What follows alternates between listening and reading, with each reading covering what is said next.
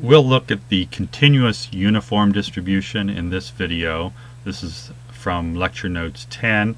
It actually only gets a couple of slides, as I recall, but it's an important transition topic from discrete distributions, probability distributions, to continuous probability distributions.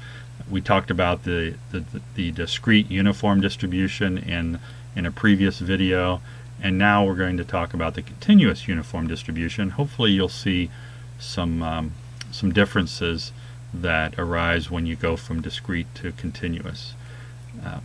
First of all, we now have what we call a probability density function, and the area under that function is equal to 1.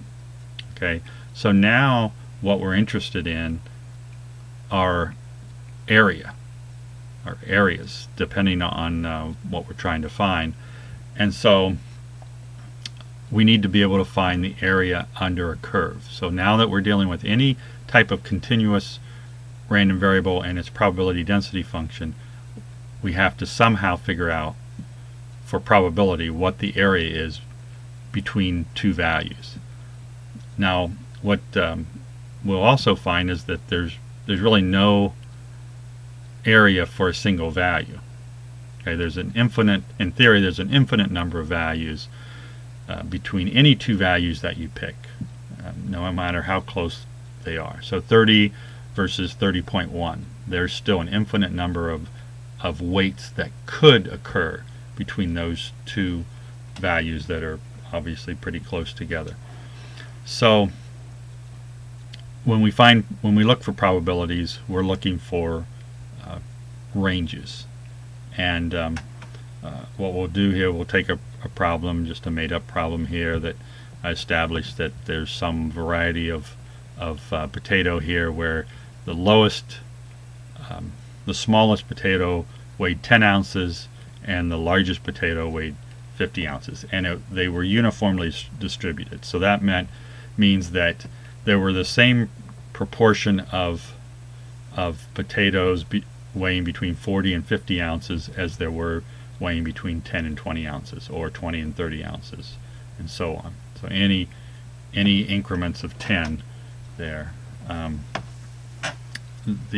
or interval of 10 there, would have the same probability of occurrence. So that makes it a uniform distribution. It's continuous because we're dealing with weight here. And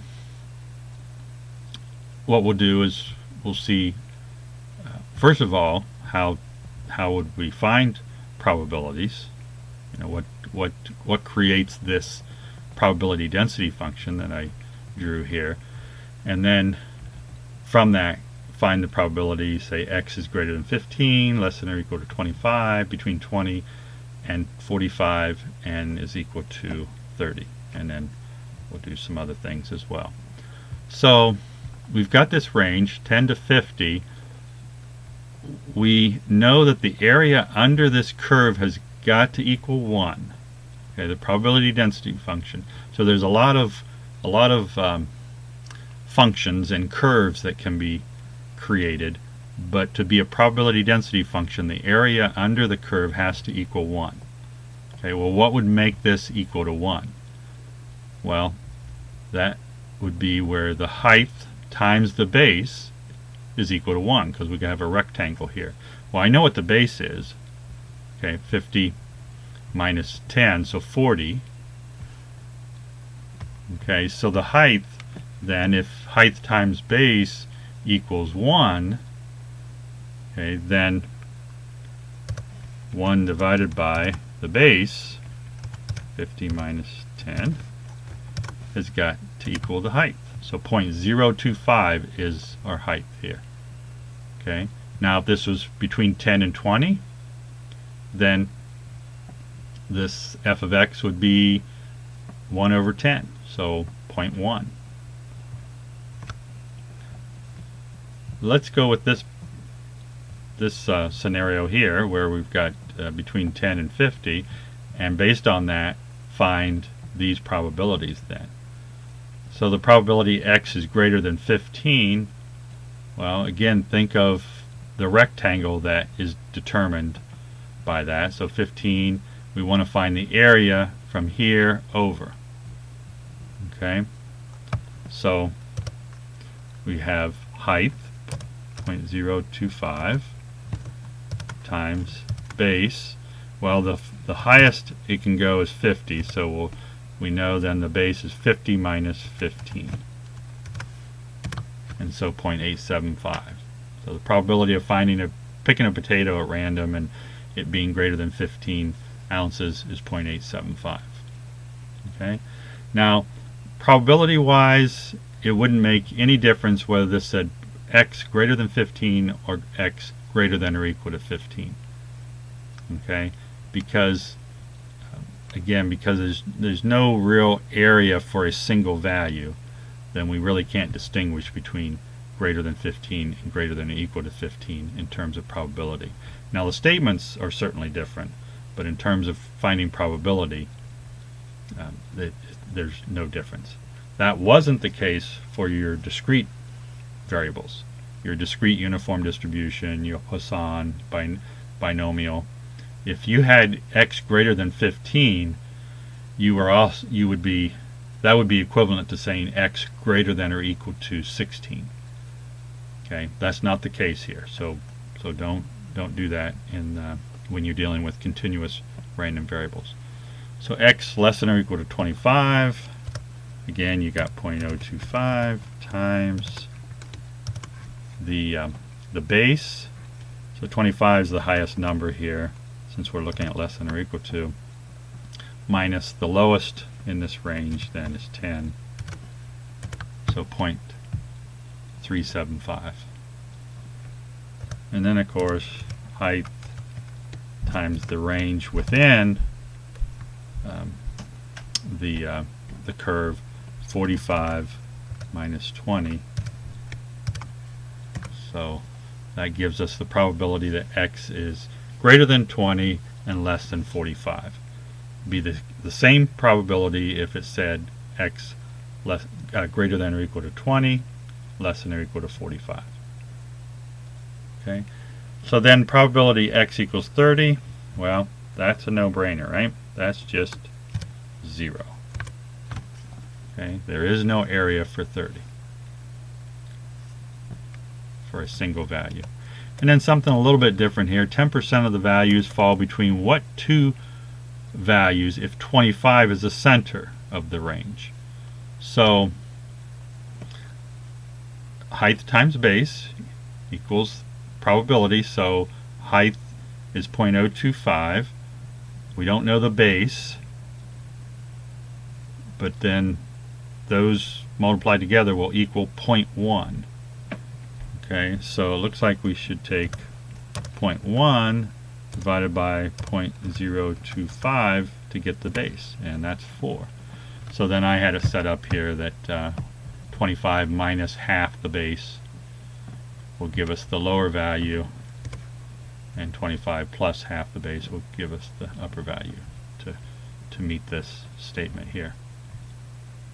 So 10% of the values fall between 23 and 27 if 25 is the center value.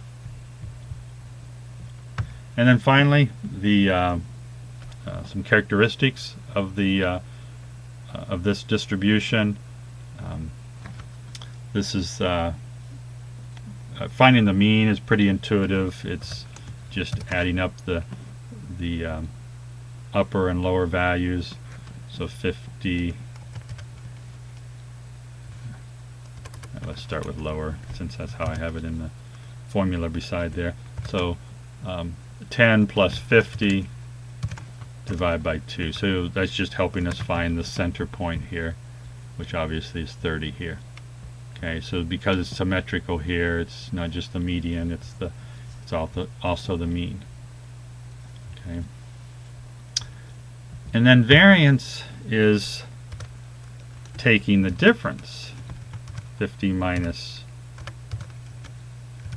10 squared,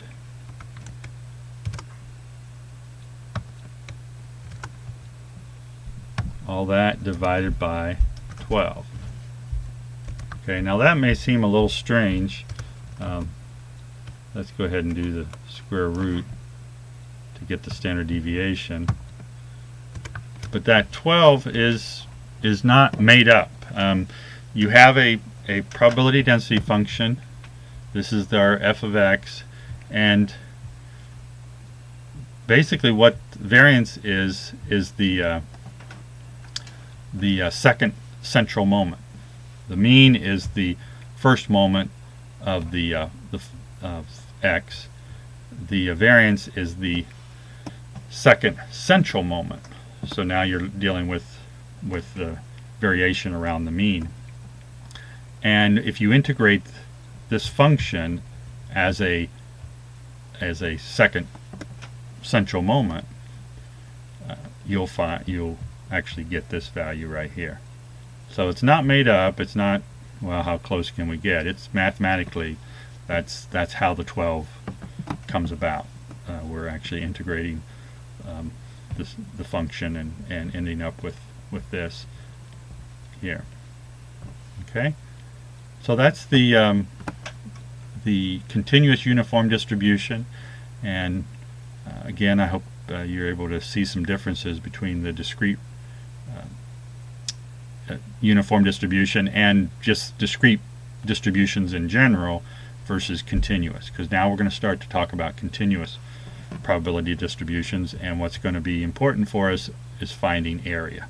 In some cases we can do it mathematically. In other cases it requires integration, which isn't required for this class, so we may have to go to some tables that are established for us, and we'll deal with that down the road. If you have any questions, let me know.